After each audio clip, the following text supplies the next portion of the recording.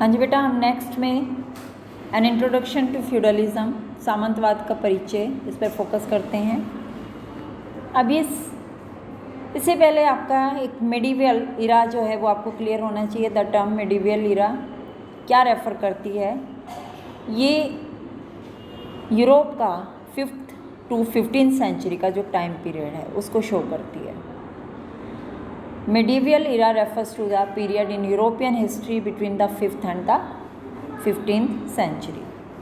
अब इसी time period में मेन फ्यूडलिज्म पे फोकस है। तो ये फ्यूडलिज्म क्या है? The term feudalism has been used by historians to describe the economic, legal, political and social relationship that existed in Europe in the medieval era. इस मध्यकालीन समय में यूरोप में जो सामाजिक, आर्थिक, विधिक जो रिलेशंस हैं उन सबको शो करने के लिए इस टर्म को यूज़ किया जाता है। अब ये निकला कहाँ से वर्ड? ये derived from the German word feud, German शब्द फ्यूड से निकला है, which means a piece of land, जिसका अर्थ है बेटा एक ज़मीन का टुकड़ा। It refers to the kind of society that developed in medieval France. साथ में मध्यकालीन फ्रांस में जो समाज विकसित हुआ ये उसके बारे में बताती है।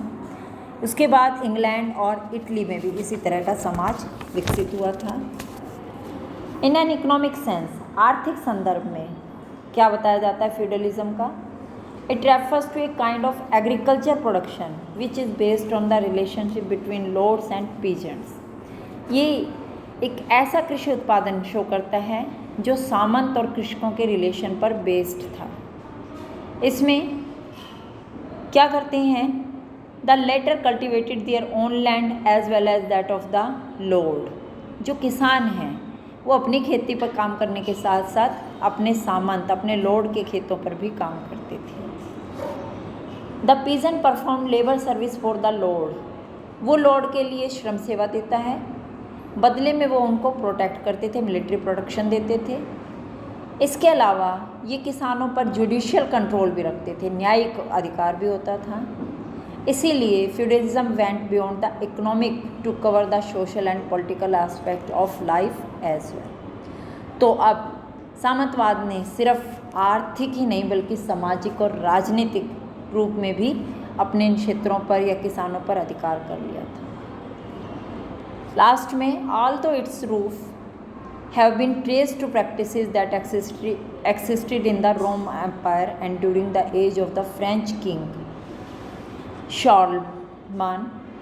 तो शार्लमान जो फ्रांस का राजा था उसके समय में ऐसी प्रथाएं दिखाई देती हैं।